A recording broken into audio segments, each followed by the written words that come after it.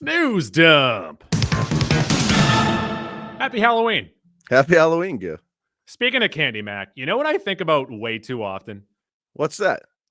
How hot off the back of Jaws and Close Encounters of the Third Kind, Sure. M&M's turning down the ultimate product placement with Steven Spielberg and being in E.T. because he would not give them anything beyond a synopsis of the movie. Them saying that's not enough. We do not want our product in your movie. And because of that, Reese's Pieces catapulted into stardom. It's Reese's Pieces, number one. Number two, you know what's weird? I think if you weighed Reese's, so if you ranked all Reese's flavored things, Pieces might be towards the bottom, Gil. They're fine. They're okay. I would take Reese's Puffs over them. I would take almost every version of the cup over them. I'm trying to think what else. They might be the lowest form of Reese's. But wait, there's more. Not only did they turn down that product placement, Mac, okay, they also, Seinfeld, hot off of season 3 where their ratings ballooned, and season 4 is really when the show broke out. Sure. M&M's turned down another huge product placement, saying no to having their candy dropped into an operation, and instead, Junior Mints was given a whole new life because the only reason why people eat that candy is because it was in Seinfeld. Goo, I love Dr. McGillicuddy's. Let me rein that in. I used to love Dr. McGillicuddy's. Other than that, I don't want mint in my life at all, unless it's toothpaste or mouthwash. I don't understand these folks that are eating mint chocolate chip ice cream, eating fucking Junior Mints. I don't get it. I don't quite understand it. No one has ever eaten a Junior Mint without then saying they're refreshing. I'm trying to think. Yeah, if I got a Junior Mint today, I would just throw it out. I wouldn't eat them. And now the Mars Corporation M&Ms, they're out of business. Yeah, of course. Classic. So it's a cautionary tale. It sure is. R.I.P. Matthew Perry. Sad news over the weekend. 56. Is that his age? I'm laughing at the visual of us talking about Matthew Perry's death while we're dressed like assholes. Yeah, he was in his mid-50s, Goo. It's been pretty clear for a while. Even while he was world famous on the show, he's had some substance abuse problems. I don't know if they played a factor here, but it certainly led to a lesser quality of life in the long run. Pretty sad because he seems like he's universally liked. Even, you know, his friends, castmates who didn't always keep in touch with him, they had nothing but nice things to say about him. He was the classic type that tried even on and off screen to light up the room when he came into the room. If you're talking Friends characters, I honestly might rank him 7th. Not for me, not my style of humor, but he certainly played a role in the show, and obviously he was a lot of people's favorite character. I think easily sitcom icon. That's without saying, even though I said it. And then also, do you think out of the actors in the core 6, he was the one that had the best chance of being a movie star? Right. I said 7. I meant 6. You're including Janice. I get it. I think you would have bet Joey or Rachel as the top 2. Him 3rd, probably. If I were to ask you for a David Schwimmer movie, could you name one? Madagascar. That's you son of a bitch. Way to crossover grid me. Yeah, he's in all 3, I think. I was going to say Fools Rush In. Oh, how about that? Of course. I don't know if I could name another franchise. A Matt LeBlanc movie? How about a Matt LeBlanc? Oh, that's harder, probably. No, he's in the space movie. What's the name of the space movie? What space movie? He plays like a it's just from take like the layup and go with Ed. Just go with Ed. It's from like 1998. He plays like an astronaut sort of type character. Just go with Ed. Starship. He's not Starship Troopers, no? What the fuck I don't is the know. movie? Either way, R.I.P. Rest in peace, Matthew Perry. Also, prior to this, Shaft, Richard Roundtree passed away. Yep. I would say neither of these affected me. I'll be honest with you. Sure about that's why? I'm sure about that's why. News dump. Weekend box office coming at you right in the face. Five Nights at Freddy's, $78 million. And this is with a simultaneous release on the Peacock. Only got a 25% on Roddy T's and made 130 global. Peacock, Peacock! I have been very aware of this franchise for a while. Yeah. I don't get it. I don't understand it. I don't pretend to. This is still surprising for it to get this much support, especially since the Roddy T scores are not good. Not good at all for it. Movies are back. Movies might be back. But maybe they're not, because KOTFM dropped Killers of the Flower Moon 1% down to $9 million in week 2. That is $40 million through 2 weeks on a $200 million budget. Dude, that movie was never going to crush it in the box office. It's not too long. Made, it's not made for the masses. And anyone that wanted to go see a 4-hour movie in the theater was going to go do so week 1. Can it show the movie 2 times less than a normal movie because of how long it is? Well, that's part of it. We've talked about it before. Yeah. Part of why some of these movies that have made a gajillion dollars is when you have a 90-minute runtime as opposed to a 3-hour. Yeah, that's double the amount of times you can show a movie in a day. So I also thought about this, and this has just haunted me over the last weekend. How many VHSs would this movie have to be on? I don't know. I think you could fit it in 2, but if you wanted to do special features and stuff, you would need a 3rd one. And then finally, finishing in 2nd place over the weekend, KOTFM finished in 3rd. Eras Tour, the Taylor Swift movie, at $14.5 million. Yeah, by the way, what did you do? For the folks at home, we haven't talked about it. This is a real visual gag for anyone watching the YouTube. Goo and I are dressed up currently. You are dressed up as a hot dog. These are actually our evergreen costumes. Yes. I had this in my trunk, and Matt had this in my closet. Yeah. I, of course, am dressed up as Wilfred. It's a little more form-fitting than it was the last time I had it on. What did you do this Halloween weekend, Goo? I'm just trying to find the guy that did this. I went to like a Halloween street party thing. I saw Raffi was a vampy, a Dracula. How do you like that? He was a Dracula. Yeah. He loves it. It's his favorite thing ever. Is that going to be, are you going to multiple places with multiple costumes, or is that just this year? He's Dracula. I am doing, so he is going to be a Dracula for trick-or-treating. He's 3 years old. Yeah. I'm going to try and meet them as early as possible because it falls on NFL trade deadline day. So I'm kind of in a pinch with my time. Right. At least the deadline's 4 o'clock. So hopefully you can get out of there by 5. Maybe. But then also my Halloween costume for work, I'm trying to win a costume contest. Be Bob from Bob's Burgers. I'll tweet some photos. You can do that. Are you going to do a pillow around the gut? You need to add a little gut there. News dump. You put this here. I don't know what this is.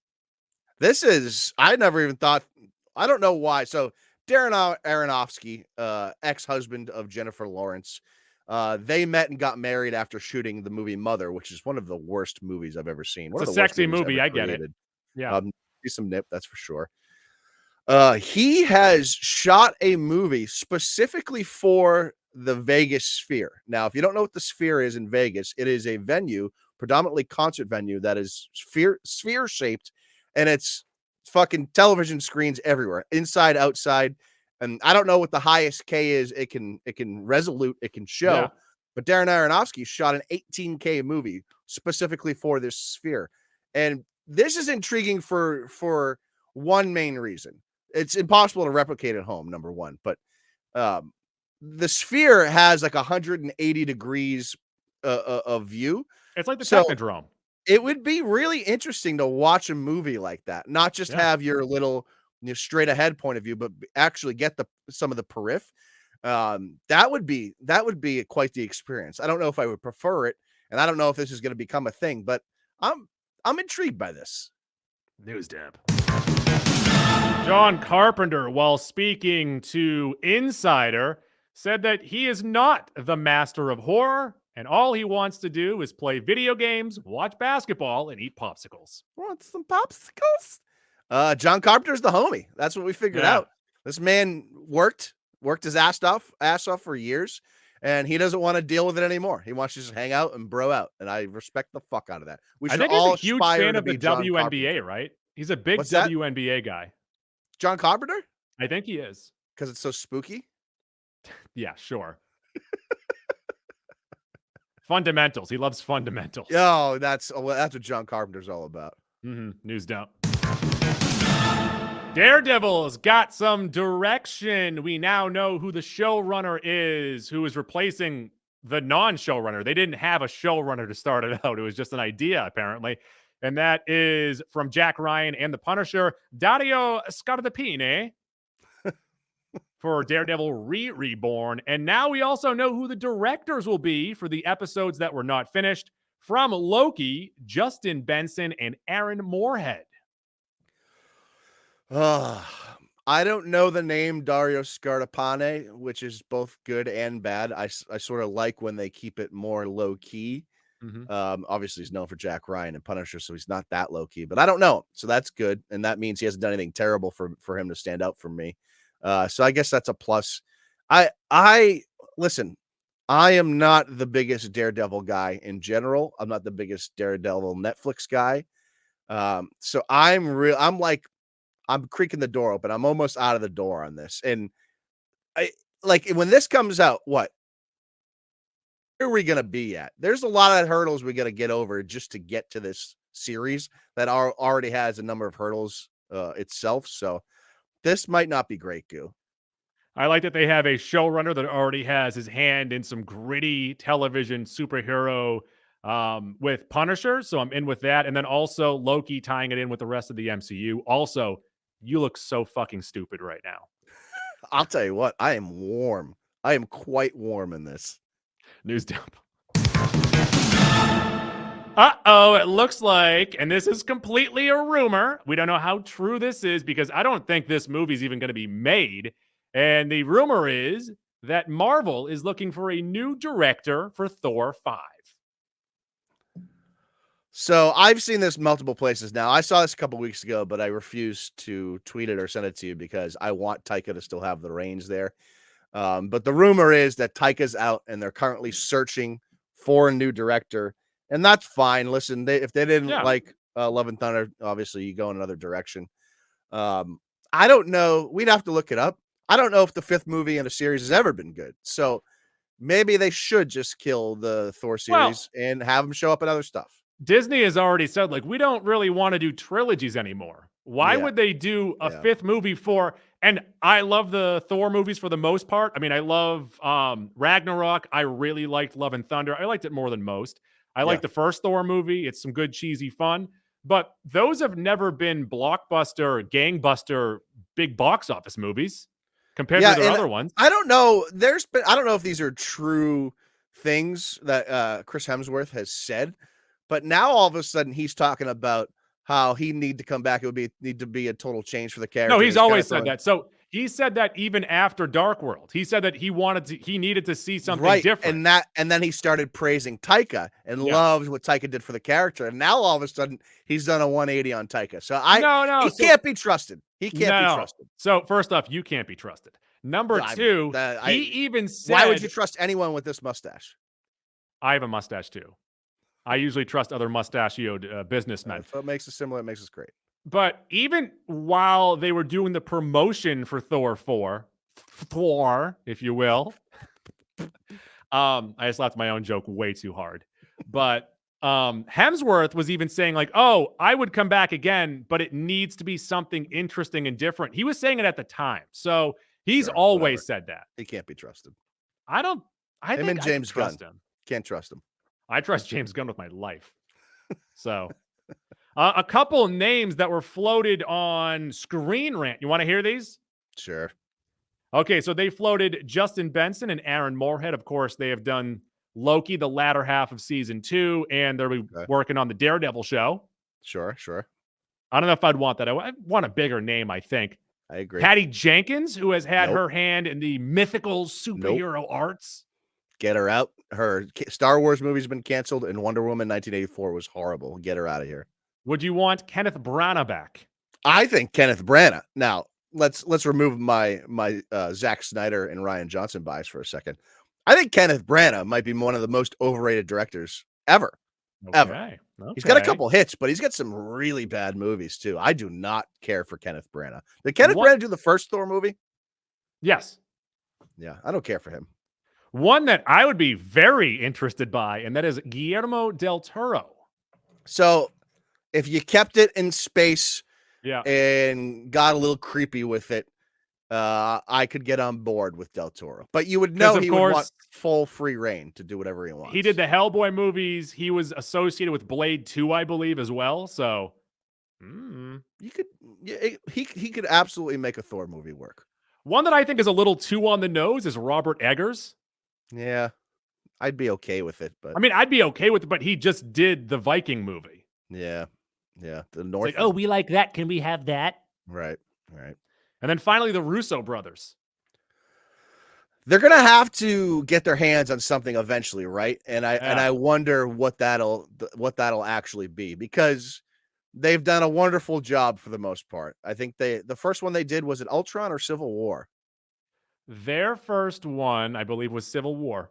Okay, so they obviously, in the Marvel world, they've done a nice job. Outside of Marvel, not so much. Wait, no, Winter Soldier. Winter Soldier. Sorry, Was Winter Soldier the Russo brothers? Okay, I believe so. They obviously did a great job in the MCU. I wonder when they come back into the equation here. Hey, Max, speaking of the Russo brothers, news dump.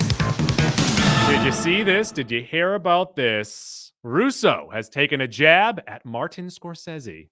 Yeah, Martin Scorsese's dog is Oscar, and obviously Martin Scorsese has gone out of his way numerous times to talk about how superhero movies, comic book movies aren't cinema.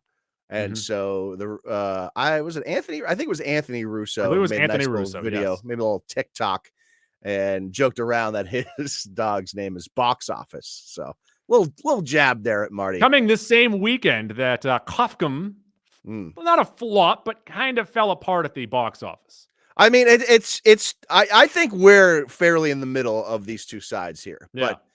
But Russo's more right than Scorsese's more right, because the movies and entertainment are dictated by the viewers, and whether we like it or not, they're going to keep making things that people go and see. What do they go and see? Non-DC comic book movies. I just wish that Russo had a better track record outside of the MCU stuff. I agree with you. Also, Film Twitter was all over this, and they were just saying that Russo sucks. He's a prick. In 50 years, no one's going to remember his name. Go back 10 years, go back 15, go back 20, 25. You'd have to go back 30 years before I would pick a Marty Scorsese movie over the two best Russo movies. Three best. You love Gray Man, right? Yeah, huge Gray Man guy. I actually liked it. I did. Gray Man, carrot sign facing over Goodfellas. Gray Man, I think, is the best non-Russo brother MCU movie. What do you think about that? I liked, wait, what was that Bridges movie? The one with Chadwick. I never actually watched that one. Neither did I. I guess I don't have. So why did you bring it up? It's a movie that I know of. Hey, happy Halloween. Happy Halloween, Mac. News dump. Speaking of KOTFM, Killers of the Flower Moon, we know this, is that a small number of independent theaters, so some news companies are blowing this out of proportion a little bit. Fake news media, Mac. You ever hear about it? Oh, yeah. But they were adding an 8-minute break just prior to the 2-hour mark, but Apple and Paramount cracked down on this because of the agreement that they had with said theaters. Of course, the big companies refused to comment on it, but the small theaters said people were a fan of the break. The movie is segmented enough.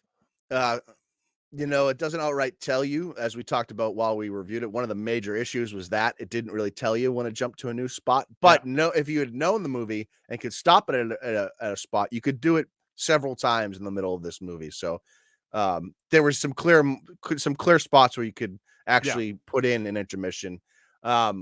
Personally, I don't care for it because it's going to take me out of the movie a little bit. I don't need the bathroom break. I'm sure there are some people that do, the olds that like Marty's. I'm sure I guarantee you, actually, I would love to see this. I guarantee you Martin Scorsese can't make it through his own movies because he's so old and his bladder's so weak. I guarantee you he can't make it through his own movies. Take it easy on the man, Wilford. Jesus. But also, I mean, if you don't have an agreement with the movie company, you can't do that. You can just but what are they really going to do? They just won't give you. So I guess you won't get movies from that studio anymore. You know what would have been great is if it was a miniseries right after Jesse Plemons shows up and says, I'm with the FBI, then you just go cliffhanger right there to the next episode. You're like, oh, what? Who's this guy? Whoa. Right? Hey-o. News dump. Someone tried to BaumBACK out of his contract via Variety. Noah BaumBACK said that he thought the Barbie movie was a terrible idea, and Greta Gerwig, I believe they're married, correct? They are. Yep. They signed him up, or she signed him up for it. I understand where that's coming from. You know, being a married man, you just kind of do what you're told. I was like, I don't see how this is going to be good at all. Every time she brings it up, I'd be like, you've got to get us out of this. Yeah, he's not. The movies, if you went on IMDb and looked at his screenwriting credits, you would totally understand how he could not see the path to this movie being good. He's just not, it's not his style. It's not his lane. He has written some really good movies, couple good ones in the past, but he's not a big comedy guy, that's for sure. News dump. Mission Impossible, Dead Reckoning - Part 2 will be seeing a retitle. This after the failure of Part 1. It's hard to call it a failure, but when you're weighing it against the 3 or 4 massive successes that came before it and the 2 movies that came out in the theaters right after it, I could see someone calling it a failure. Well, it didn't do well at the box office. That's the big issue, because certainly didn't make the money they wanted. The schedule was not in their favor, having Barbie and Oppenheimer come out right after it. Right. And maybe Noah BaumBACK's just a big Mission Impossible guy, and that was the genesis of this whole thing. I was actually curious too. This has haunted me, Mac. It's my dreams. Ooh, of would this movie, streaming wise, do better if Part 2 was like out in a month? Like, I don't know, where people are like, oh, I want to see that. Now I have to see this. Do you think that when they label it Part 1 and Part 2, you're scaring off a segment of the audience that does not want to wait for the next movie to come out? 100%, because people hate buying into stuff like that. And that honestly is the appeal of movies, right? You're in, you're out, you have your opinion of the story you just watched, as opposed to devoting weeks and months of your time to a television show. That's really the main difference, at least in my mind. So when you build in Part 1, the viewer is like, well, this is just the beginning of a story. I don't need to go see this in theaters. I can wait 2 years and I'll watch them both at the same time. Right. There's definitely an issue with the Part 1ing of it. I mean, what I also hate about it too, and I hate movies in general doing this now with Part 1, Part 2, you can do a cliffhanger without putting Part 1 in the title. I know Spider-Verse changed it, but they had that originally too, Part 1 and Part 2, and they did it quite well. They did it really well. I'm just saying, like, surprise us. For sure. I agree. Yeah. News depth. Looking like a Black Phone sequel series, or I'm sorry, not a series, but a movie is in development. Did you see this? This came out last year. One of the horror movies of the year. Yeah. Ethan Hawke played the bad guy. It was pretty good. Good. Great. I enjoyed it. Piece. I enjoed it. Why would you laugh at that? Well, it was like 1984. It wasn't the 70s. It was like 1922. It wasn't Killers of the Flower Moon. Yeah, they're making a sequel to this movie, which if you've seen the movie, you have a really hard time understanding how the fuck they're going to make a sequel to it. He's dead, right? Good. Don't spoil the movie for people, but yeah, he's very dead. I remember him dead. Yeah, he's dead, and there's a whole weird thing with his brother during the movie too, so maybe that's the tie-in. It's a cool mask. I just don't. This is not the horror movie I would kick off a franchise with. That's for sure. And it seems like because this did so well, that Blumhouse is like, oh, this is our next franchise, and I don't think we should. I thought you finished your sentence. You had a clear stop right there. All right, it's okay. I didn't say anything meaningful. It was the perfect stop, and I'm like, wow, that was a really thoughtful piece of dialogue there. It would have been like Black Phone, and instead I tapered off, and that was my sequel to that sentence, and it wasn't worth it. Max like, oh, this is so poignant, and then, oh, my nuts are itchy. Which they probably are with that fucking. No, I'm just warm. I should be nude under this. That's for sure. Okay, Mac, we got a first look at Rachel Zegler's Snow White, her as Snow White, and also the dwarves that aren't dwarves. They're Like regular sized people, but they're the shape of lawn gnomes or Doc. I don't think they're regular size people. They are looking like lawn gnomes, though, and that I don't really care for. I also don't quite understand how. And this is the thing that Disney keeps fucking up. And their live action remakes, some of them they go for realism. Some of them it's 50-50. Some of them it's a lot of CGI, and they just seem to be middling it and not choosing the right path every time. And I feel like this is another example of them just not quite choosing the right style. Now, the good news for this is Greta Gerwig is writing it. Obviously, she just wrote and directed Barbie, so that's good. Gal Gadot is co-starring. I think she's the witch. Yeah, she's the evil stepmother, right? Yep. Hard to understand because she's very attractive. It's getting delayed to 2025. I don't know. I have Disney's live action has just been real tough. I mean, the photo looked like a not Snow White parody, right? Like this isn't Snow White. It looks like a Snow White horror movie almost. I thought it looked more like a porn parody, but not one that I would want to see, but one that I would watch. You would watch, yeah, no doubt. Yeah, there's 7 lawn gnomes. What are they going to do? You know what? I think from the start of September on, I kept on getting this targeted ad on Instagram from the website Costumes, and there's one on there. Costumes.com? Yeah, just like costumes.com. And there's one on there for an Alice in Wonderland, and every time I'm like, is this a porn parody? I said it every single time. I was like, oh shit, like scroll past, like go quick, get out of here. One of those awkward ones where like if someone saw over your shoulder, you might have to explain what you're looking at. What are you looking at? It's costumes.com. Newsed up. You gotta give. Got a trailer for Good Burger 2. Mac, this movie looks fucking terrible.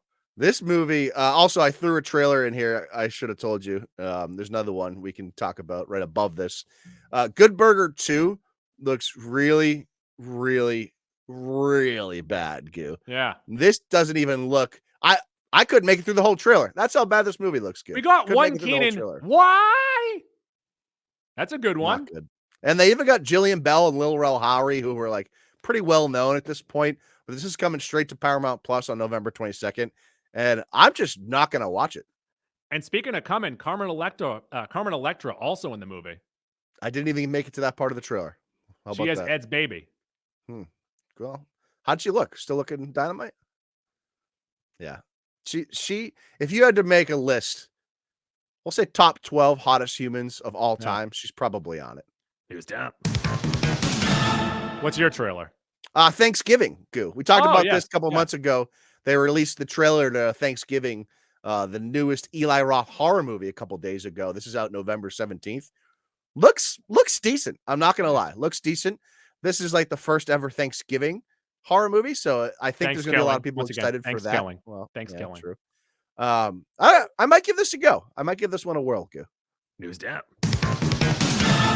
Got our first look at Chris Pratt's Garfield. Looks like Garfield. I don't know. First of all, I didn't know he was playing Garfield. Chris Pratt might want to rein it in a little bit. I'm a big fan. He might want to rein it in a little bit. This is a little much. Who do you trust more, Chris Pratt or Chris Hemsworth? Oh, Chris Pratt by a mile, even with all the crazy religious stuff. What if they went to Chris Hemsworth and they're like, here's the script for Thor 5. We heard that you wanted something different. And he picked it up. It's fucking Garfield. He's playing John. Yeah, that's different, right? That is different. We got 2 episodes of Loki left. I am 3 in, so do not spoil 4, even though I'm pretty sure that social media already did with all the headlines of, this is the most gruesome death from the MCU. And I'm like, let me watch the episode first, you sons of bitches. I know who dies. You assholes. Well, it came out fucking 5 days ago, so that's kind of on you. I have to watch like 3 different shows, man.